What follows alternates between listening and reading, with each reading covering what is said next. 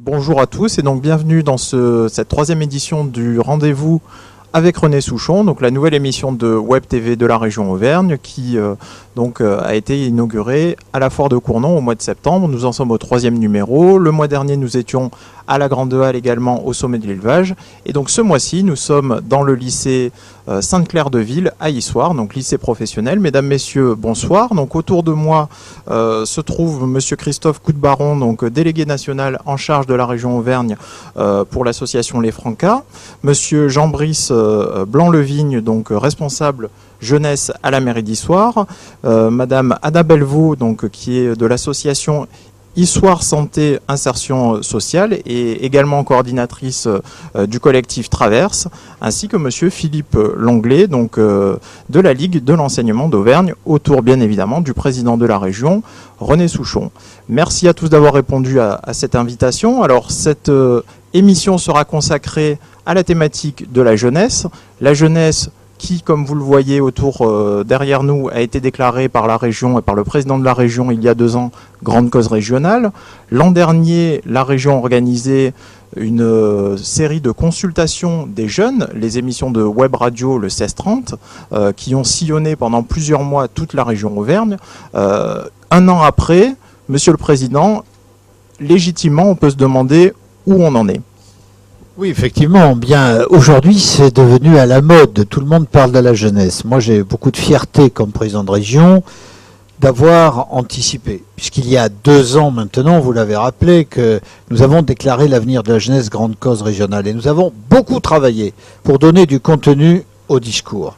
Nous avons organisé toute cette démarche participative et donc maintenant nous sommes dans les travaux pratiques, dans la mise en œuvre, qui a commencé d'ailleurs au mois de juin. Nous avons pris déjà toute une série de mesures. Je vais simplement citer par exemple la mise en place du site InfoJeune. Alors il existait mais il a été complètement renouvelé, refondé et grâce aux moyens régionaux.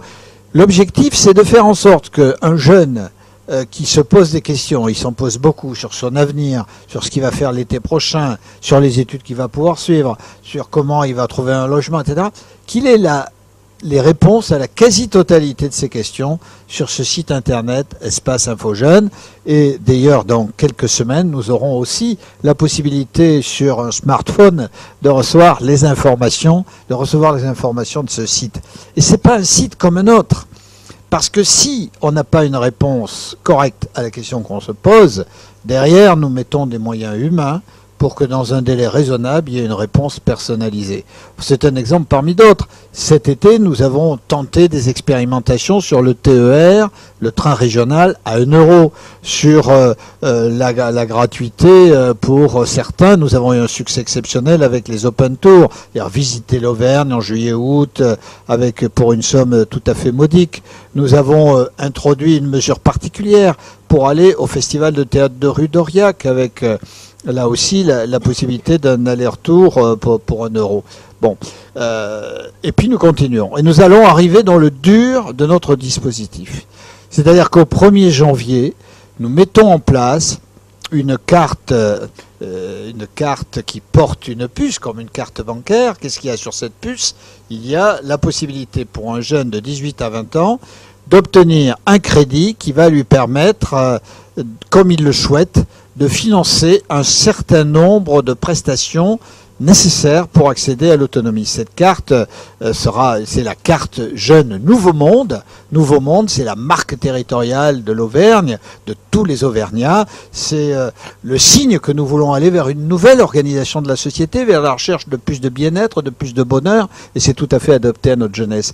Donc avec cette carte qui va être délivrée à partir du 1er janvier, sous condition de ressources, il y aura un crédit qui s'échelonnera pour les jeunes qui auront droit entre 200 et 600 euros sur l'année, avec des paliers intermédiaires. En gros, on va pouvoir aider potentiellement 20 000 jeunes auvergnats pour accéder à l'autonomie. Quand on pense qu'un étudiant, d'après les études que nous avons faites en Auvergne, dépense en moyenne 400 euros par mois, pour la majorité d'entre eux, on va leur offrir l'équivalent d'1 mois de dépenses. C'est énorme et ça coûte 10 millions d'euros à la région. dans une période extrêmement contrainte, fermée, eh bien, nous faisons cet effort. Parce que nous croyons en la jeunesse. Ça ne peut pas être une mode. Ça doit être un acte de foi, parce qu'il n'y a pas d'avenir de la région Auvergne sans un avenir pour sa jeunesse. Merci Monsieur le Président. Alors j'imagine que déjà ces premiers éléments d'information peuvent susciter des réactions. Besoin d'information, vous l'avez souligné également, une réponse à une demande croissante d'autonomie. Vous qui êtes acteurs sur le terrain, mesdames, messieurs, je vous pose collectivement la question, puis on va être galant, on va commencer par les dames. Le besoin d'autonomie, est-ce qu'il est véritablement fort dans la jeunesse aujourd'hui? Est-ce qu'une réponse comme peut apporter celle de la région sur des prestations comme le logement, comme la santé, comme le permis de conduire, ça peut aujourd'hui représenter un besoin à ces attentes? Oui, je pense que pour les jeunes, c'est clair, c'est un besoin au moins dans une aide au démarrage, dans la vie, par exemple, professionnelle. On sait bien que dans la région Auvergne, on est dans une région particulièrement rurale, montagneuse, il y a les problèmes de la mobilité. Après, il va y avoir les problèmes de logement. Et pour les jeunes, c'est particulièrement marqué. Alors, on peut signaler, par exemple, sur la ville d'Issoire qui va bientôt avoir un FJT, foyer de jeunes travailleurs, pour aider justement ces jeunes à commencer dans la vie active. Voilà, vous pouvez peut-être compléter. Oui, moi je veux bien intervenir aussi sur l'autonomie de jeunes. Effectivement, il y a les moyens financiers. Je pense que l'effort que fait la région est important, mais je pense aussi qu'il faut un changement des mentalités. On a encore du mal aujourd'hui à accepter que les jeunes soient autonomes. Je veux dire, il y a beaucoup de gens qui tiennent des discours. On a des discours anti-jeunes qu'on entend régulièrement de la part, pas forcément d'ailleurs de gens très âgés, de gens qui ont une trentaine d'années, qui tiennent des discours déjà où on remet en cause le fait que les jeunes souhaitent être plus autonomes, particulièrement la tranche des 18-25, et où en fait on ne donne pas sa place aux jeunes. Donc c'est vrai que leur donner des moyens, c'est un plus, mais je pense qu'il va falloir aussi qu'on travaille sur la mentalité des autres générations pour leur donner la chance d'avoir leur place et leur faire confiance. Je pense que c'est très important aussi, donc c'est aussi un travail sur les mentalités, sur les personnes. Et les moyens, ça peut être un verrou qu'on débloque, mais je pense qu'il y a aussi ce verrou intellectuel qui fait qu'on ne donne pas, on ne souhaite pas toujours donner leur place aux jeunes, et c'est ce qui fait que souvent des jeunes qui ne trouvent pas leur place quelque part s'en vont. Et c'est un vrai drame pour un certain nombre de régions comme la région Auvergne. Oui, nous sommes dans un débat dont je ne vais pas monopoliser la parole, mais ce que vous dites est tellement fondamental qu'il faut appeler l'attention de tous ceux qui nous écoutent sur les révolutions qui viennent de se produire et qui se produisent encore dans le pourtour méditerranéen. C'est chaque fois la révolte des jeunes. Les indignés, ce sont d'abord des jeunes. C'est-à-dire que partout dans ce monde relativement âgé dans lequel nous sommes, on refuse aux jeunes la possibilité de rentrer dans la vie adulte. Et à un moment, le couvercle de la marmite, il saute, quoi. C'est la révolte. Et on n'en est qu'au début, à mon avis. Une société doit impérativement faire sa place à la jeunesse. Ça veut dire qu'il faut savoir, quand on a un certain âge, d'abord se mettre peut-être de côté, et puis toujours tendre la main aux jeunes pour les aider. Sinon, la société se porte mal. Alors c'est vrai qu'il faut moi je vais intervenir parce que c'est vrai que la démarche du conseil régional est intéressante parce que c'est vrai qu'aujourd'hui les jeunes sont de plus en plus dans des situations précaires et je crois qu'aujourd'hui il y a des jeunes qui travaillent, qui font leurs études, qui font 2-3 boulots, des jeunes qui se lèvent à 6 heures du matin pour faire du ménage le matin, ils vont en cours, ils vont dans d'autres travail le soir et c'est vrai que pour eux c'est extrêmement compliqué et c'est vrai qu'une aide du conseil régional peut aider ces jeunes là qui veulent s'en sortir et qui veulent construire en Auvergne des choses, quoi. Oui, puis si je peux intervenir également pour en revenir à ce que vous disiez tout à l'heure, c'est vrai que on a tendance, notamment au niveau des médias, à donner une image très très négative au niveau de notre jeunesse. Et c'est vrai que quand on en parle, c'est souvent dans des termes assez peu positifs et assez peu porteurs. Donc je pense que il y a vraiment toute une gamme d'efforts à faire dans ce domaine-là, que ce soit financier, mais aussi sur la valorisation de ce que peuvent faire les jeunes, parce qu'il est évident que c'est une véritable ressource, et je pense que malheureusement, on ne met pas suffisamment l'accent sur cet aspect des choses. Oui, alors allons-y, réagissons. Le débat est ouvert, donc y compris par rapport à d'autres dispositifs que les uns et les autres vous pouvez mettre en place, que ce soit en termes associatifs ou partenariaux. Peut-être on a réagi là sur un dispositif de la région, mais y compris sur l'action de terrain que vous pouvez mener. Vous avez peut-être des actions à présenter, puisque c'est aussi l'occasion de rendre public pour les auditeurs de cette émission des dispositifs sur un territoire comme Issoire, mais aussi à l'échelle de la région Auvergne, qui ne connaissent pas forcément. On le disait au début, la région vient de lancer un site internet. Pourquoi ? Parce que peut-être ce qui manque aujourd'hui, c'est l'information, où la chercher, où la trouver. Oui, parce que alors ça c'est un point fondamental. Dans le dispositif particulier à l'issue des concertations, nous avons le dispositif d'information que nous avons souhaité mettre en œuvre, on s'est rendu compte que l'information est partout. Donc si elle est partout, elle est nulle part. Et que l'information institutionnelle se diffuse à un moment donné, qui n'est pas le moment du jeune. C'est-à-dire, si le jeune il est en train de discuter autour d'un pot à 2h du matin avec les copains, la copine, ou etc., et que c'est là qu'il se pose le problème de ce qu'il va faire l'été prochain, ben c'est là qu'il doit avoir la réponse à sa question. Le lendemain, c'est trop tard et avant, c'est trop tôt. Donc, on sait très bien que l'information, elle passe quand l'écouteur est ouvert. Alors, comme on est envahi d'informations, les écouteurs, c'est-à-dire nos oreilles, elles sont fermées aux 3/4 des informations. Sauf quand on a une motivation interne. Donc avec ce site sur lequel nous avons mis beaucoup de moyens, le site Espace Info Jeune Région, nous avons voulu que le jeune, au moment où il en a envie, au moment où il a besoin de connaître l'information, il puisse y accéder. Et à partir de là, on peut aller plus loin, rencontrer, dialoguer, etc. Il faut aussi qu'on vive les uns et les autres avec les moyens modernes. Le numérique, les nouvelles technologies, ça existe, et il faut en tirer le meilleur parti. D'ailleurs, on est dans un lycée en ce moment. Bien, on est dans un lycée Sainte-Claire-de-Ville à Issoire, et j'ai vu tout à l'heure toute une série de dispositifs pour que l'enseignant, le professeur, puisse utiliser au mieux les nouvelles technologies.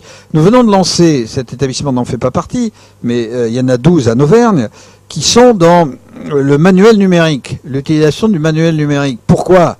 Parce que le papier, ça a tendance à être un peu fini. Les jeunes, ils ont constamment le numérique sous les yeux, le smartphone, l'ordinateur, etc. Et donc par ce biais-là, on peut faire passer des tas de choses. Ce qui pose aussi un problème financier, puisque j'évoquais tout à l'heure sur la carte jeune adulte Nouveau Monde que nous lançons, on a prévu qu'on puisse payer un abonnement Internet, parce que certains n'ont pas les moyens financiers d'accéder à cela, ce qui est pourtant vital. Mais je vous laisse le soin de réagir les uns et les autres par rapport à cet accès à l'autonomie des jeunes qui est absolument vital. L'éducation en fait partie. Les dispositifs particuliers que nous mettons en œuvre au niveau régional en font partie. Et bientôt, tous ces dispositifs seront d'ailleurs accessibles à l'information sur le site internet de la région. Et ils le sont déjà, je pense. Et de toute façon, au mois de décembre, nous aurons toutes les modalités pratiques de mise en œuvre de la carte Jeune Nouveau Monde, celle qui va permettre à 20 000 d'entre eux de bénéficier d'un soutien financier de la région en fonction de leurs ressources. Après, vous avez raison, Monsieur le Président. C'est vrai que l'information aujourd'hui des jeunes, ils ne savent pas où la trouver. Elle est tellement multiple et variée. Ne serait-ce que pour une action, passer le BAFA, tout simplement. Quel financement je peux avoir accès ? Et c'est vrai qu'entre les services de l'État, la CAF et les différents financeurs, ils n'arrivent pas à retrouver, quoi. Donc je crois que c'est important, effectivement, de centraliser l'information pour que les jeunes puissent s'y retrouver. Après, moi, je voudrais évoquer le partenariat aussi que la région développe aujourd'hui, parce que si on est là aujourd'hui, c'est qu'on développe, nous, à notre échelle associative, des actions partenariat avec le conseil régional. Et je crois que, pour moi, le conseil régional doit être tête de file de la politique jeunesse en région et créer des partenariats à tous les niveaux, que ce soit les collectivités territoriales, mairies, et puis les associations aussi. On doit tous travailler ensemble pour la même cause, c'est faire réussir les jeunes en Auvergne, quoi. Alors, c'est vrai que nous, on est plutôt sur pas forcément l'autonomie, mais sur un aspect qui est la citoyenneté des jeunes, qui est effectivement avec deux dispositifs. Donc vous expliquez le dispositif qu'on met ensemble, qu'on met en place ensemble. Tout à fait. Alors deux dispositifs, un dispositif qui s'appelle le brevet de l'engagement, qui est valoriser l'engagement des jeunes à travers des projets associatifs. Donc pour l'instant, on a expérimenté sur 60 parcours en partenariat avec l'école de la deuxième chance, la ville de Clermont et la ville d'Issoire dans un premier temps pour aussi tester ce dispositif et voir comment on peut construire ça. Et le deuxième dispositif, c'est les BAFA citoyens, c'est accompagner aussi un partenariat territoire, conseil régional et puis les Francas pour construire un BAFA en particulier pour aussi permettre à des jeunes d'accéder à cette citoyenneté première pour encadrer les enfants, quoi. Voilà. Alors, allons-y. Je peux continuer. La Ligue travaille, en tout cas on est en train d'élaborer ensemble avec la région un dispositif autour du service civique. Donc on est engagé maintenant, ça doit faire 3 ans que la Ligue au niveau de l'Auvergne est engagée dans ce dispositif service civique qui s'appelait avant service civil volontaire. Et donc il y a déjà beaucoup de jeunes qui sont investis dans ce dispositif au sein des associations. Et donc l'objet du projet qu'on mène ensemble, c'est que le service civique puisse entrer au lycée et qu'on puisse développer des projets d'intérêt général au sein de ces établissements. Donc c'est pas facile parce que ça veut dire des partenariats multiples, ça veut dire discuter avec les services de l'État, entre autres l'éducation nationale, nos associations et d'élaborer un projet qui tienne la route. C'est en cours de construction et je pense que ça devrait aboutir en 2012. Mais justement, ce que j'ai constaté en travaillant sur ce service civique depuis maintenant 3 ans, c'est qu'il a constitué pour quelques jeunes, pour un certain nombre de jeunes, un effet d'aubaine pour des jeunes qui étaient dans la galère totale. C'est-à-dire qu'on se rend compte, et moi je travaille plus particulièrement sur le territoire de l'Allier, on a beaucoup de jeunes qui viennent faire leurs études à Clermont, qui partent à Clermont, et qui ne retourneront pas très souvent dans leur territoire d'origine, parce qu'il n'y a pas forcément dans les bassins d'emploi du boulot pour eux, qui est lié à leur formation. Mais par contre, il y a aussi d'autres jeunes qui restent dans ces territoires et qui n'ont aucune solution, qui sont dans l'impasse, et la seule solution qui leur reste, c'est rester au sein de la cellule familiale et d'attendre de trouver une perche qui va leur être tendue pour s'en sortir. Et c'est vrai qu'il y a énormément de jeunes qui sont dans la galère, qui sont isolés dans les territoires et qui n'ont que leur famille sur laquelle s'appuyer. Et c'est vrai que tous les dispositifs qu'on mène, je vois sur le service civique, ça leur permet très souvent de rencontrer d'autres gens, de travailler sur des projets, et nous on essaye de travailler avec eux et on est en lien avec les missions locales pour créer des dispositifs qui leur permettent de se mettre en réseau avec des professionnels, avec des associations, avec un certain nombre d'institutions pour qu'ils puissent construire un projet, parce que très souvent ils sont dans une impasse. Et grâce à ces dispositifs, il y a le service civique, mais on a d'autres dispositifs. On a un dispositif qui s'appelle les juniors associations, là qui s'adresse aux plus jeunes, mais qui permettent à des jeunes de rentrer dans la vie associative alors qu'ils sont encore mineurs, en prenant des responsabilités. Donc là on est dans le volet citoyenneté, et c'est vrai que ces dispositifs permettent à des jeunes qui très souvent sont isolés, sont dans l'impasse, de pouvoir rebondir et de construire un nouveau projet de vie pour lequel ils n'avaient aucun élément, aucune clé. Et la mise en réseau de ces jeunes, avec des professionnels, mais aussi avec des gens qui sont en capacité de leur ouvrir la porte et de les accueillir, est importante. Et c'est pour ça que je dis que l'autonomie, c'est aussi les adultes qui font confiance aux jeunes et qui leur tendent la main. Très bien, oui. Alors, on est à Issoire. Je vais peut-être parler de quelques exemples pratiques qu'on a mis en place au niveau d'Issoire. Donc justement, sur le travail de l'autonomisation des jeunes et leur implication dans le monde associatif, on a donc deux démarches principales, je dirais. Ce qu'évoquait Christophe Goudbaron à l'instant, donc la mise en place de ce BAFA citoyen, où la commune d'Issoire prend à sa charge la première partie du BAFA, donc la partie théorique. Ensuite, sur la partie pratique, nous accueillons ces différents jeunes au sein du centre de loisirs, bien souvent pendant l'été. Comme ça leur permet effectivement d'avoir terminé ces 2 premières parties qui sont vraiment les parties nécessaires qui permettent de débloquer en fait les jobs liés à l'animation. Et puis donc en contrepartie, on leur demande un investissement de 50 heures au sein d'une association. Et on leur demande que dans le cadre de ces 50 heures, ils travaillent véritablement sur un projet, qui ne soit pas simplement là pour faire de la manutention ou des choses un peu basiques. On demande vraiment un travail autour du projet.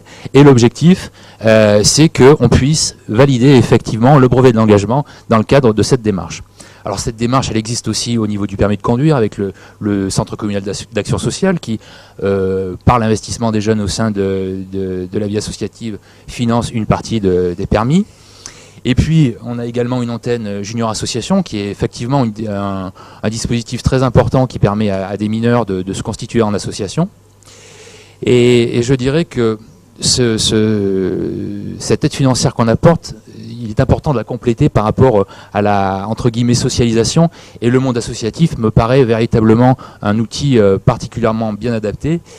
Et en plus, on entend beaucoup de manière récurrente des présidents d'associations, enfin des personnalités qui ont des responsabilités au sein du monde associatif qui disent oui, mais on n'a plus de renouvellement au sein du monde associatif, les jeunes ne veulent pas s'engager, etc. Ça, c'est la grande...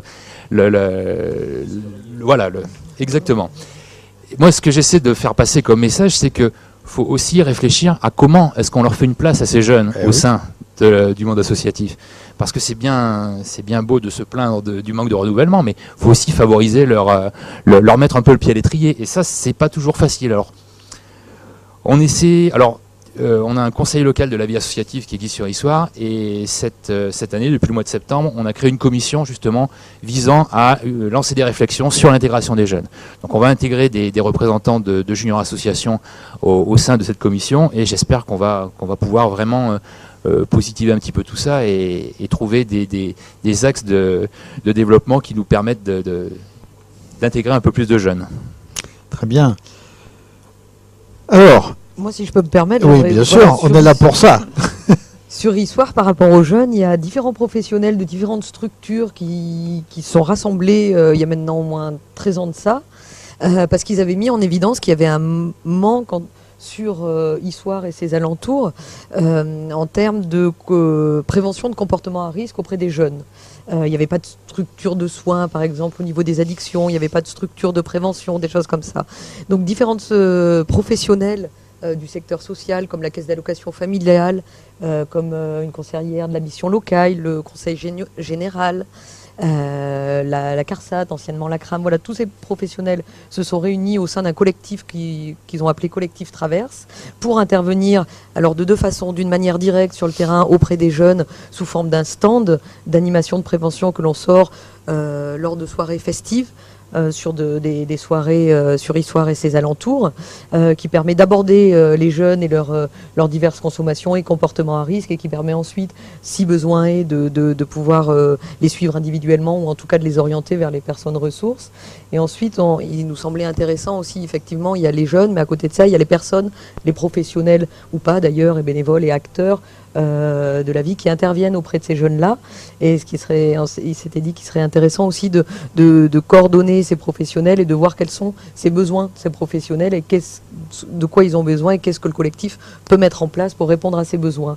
Quand vous parliez justement du tout numérique ou de l'informatisation croissante, où là le collectif, les différents professionnels du collectif ont fait remonter que oui, c'est bien beau, on parle beaucoup de Facebook ou faut pas citer, mais oui, de réseaux sociaux où on sort un petit peu les boucliers, où attention, les réseaux sociaux, on peut faire des mauvaises rencontres, il y a plein de risques. Oui, c'est sûr, on peut pas non plus mettre les réseaux sociaux à côté. En se promenant dans la rue aussi, on peut faire des mauvaises rencontres. Oui, non mais voilà. Et donc la réflexion du collectif, c'était de se dire, mais comment aider, c'est bien beau, les jeunes, eux, maintenant, savent s'en servir, mais ceux qui encadrent ces jeunes, ceux qui sont autour de ces jeunes, ils savent pas. Et on va pas tout remettre sur le dos des jeunes, c'est comment aider justement ces adultes-là qui se sentent complètement perdus face à ces nouvelles technologies et qui ne peuvent pas encadrer et accompagner le jeune là-dedans. Donc le collectif Traverse, par exemple, va proposer une information sur ces réseaux sociaux auprès des parents ou autres, ou adultes ou professionnels, pour qu'ils suivent ces jeunes. Toutes les actions ne sont pas forcément aussi qu'en direction des jeunes, mais aussi en direction des professionnels. Moi, je crois que dans tout ça, il faut, et on le voit bien à travers vos interventions, donner des signes, parce qu'il y a une tendance du jeune, forcément, ils se sont rejetés ou incompris. Donc, ça a toujours été le cas, mais c'est sans doute plus le cas aujourd'hui qu'hier. Et donc, il y a une tendance à sortir, à se replier sur soi, à vivre en dehors du monde adulte dont il pense qu'il ne peut pas comprendre ou qui ne lui apporte pas les bonnes solutions.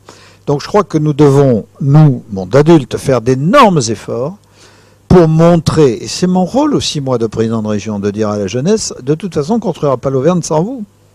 Et on ne construira pas la France sans vous, ni l'Europe sans vous. Bon, pour l'instant, c'est l'Auvergne. Donc on a besoin de cette jeunesse. On a besoin qu'elle s'épanouisse chez nous, qu'elle ait envie d'y rester, que pour ça, elle ait du travail. C'est aussi tous les dispositifs que nous l'avons lancés sur Graines d'emploi, c'est-à-dire essayer de dépister les emplois de demain, ceux qui sont en train de naître, de façon à adapter l'appareil de formation. Je répète, on est dans un lycée qui d'ailleurs cherche sa voie. Et donc, il est normal que nous essayions de dire, voilà, là, par exemple, des coachs web, qu'est-ce que c'est que ça ? Le coach web, c'est un métier nouveau qu'on a dépisté au niveau de la région Auvergne pour essayer de montrer aux entreprises du secteur privé qu'elles devraient s'approprier davantage le numérique qu'elles ne le font, et pour les aider à se l'approprier.